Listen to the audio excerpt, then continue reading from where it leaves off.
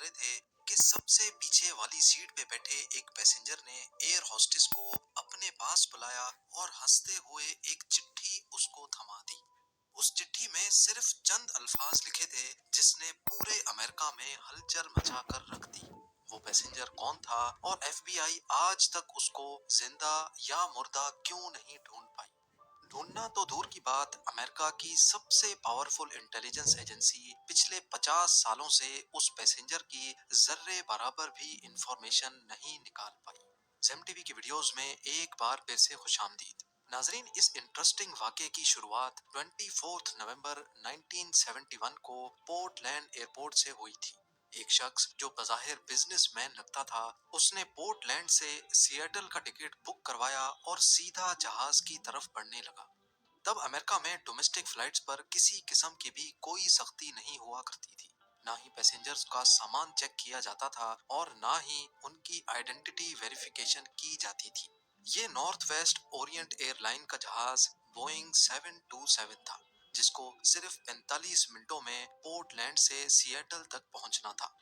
سن glasses لگائے ایک brief case کے ساتھ ڈین کوپر نامی یہ پیسنجر اس جہاز میں سوار ہوا اور اپنی پسند کی سیٹ پر جا کر بیٹھ گیا، جو جہاز کی سب سے آخری سیٹ تھی۔ اس نے اپنے لیے ایک ڈرنک آرڈر کی اور ساتھ ہی سگریٹ بھی جلا لی۔ یہاں تک سب کچھ نارمل چل رہا تھا، کیونکہ فلائٹ میں اسموکنگ کرنا بھی 70s میں الاؤڈ تھا۔ ٹھیک 2:58 پر فلائٹ ٹیک آف ہو گئی۔ ٹیک آف ہوتے ہی ڈین کوپر پیچھے مڑا اور پاس میں بیٹھی ایئر ہوسٹس کو ہنستے ہوئے ایک اینولپ تھما دیا۔ ایئر ہوسٹس، جس کا نام فلورنس شافنر تھا، اس نے جب وہ چٹھی پڑھی تو جیسے اس کے پیروں تلے زمین ہی کھسک گئی۔ Miss, I have a boom here and I would like you to sit by me.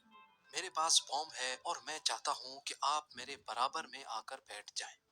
Florence شافنر جب ڈین کوپر کے برابر میں آ کر بیٹھی تو اس نے اپنا بریف کیس کھولا، جس میں ڈائنامائٹ کی 8 اسٹکس اور ایک ڈیٹونیٹر بھی موجود تھا۔ ان شارٹ، جہاز ہائی جیک ہو چکا تھا اور ڈین کوپر کی ٹوٹل 3 ڈیمانڈز تھیں۔ اس کو 5 بجے سے پہلے پہلے $2 لاکھ کیش، 2 پیراشوٹ کے پیئرز اور سیاٹل ایئرپورٹ پر ایک ری فیولنگ ٹرک ریڈی چاہیے تھا۔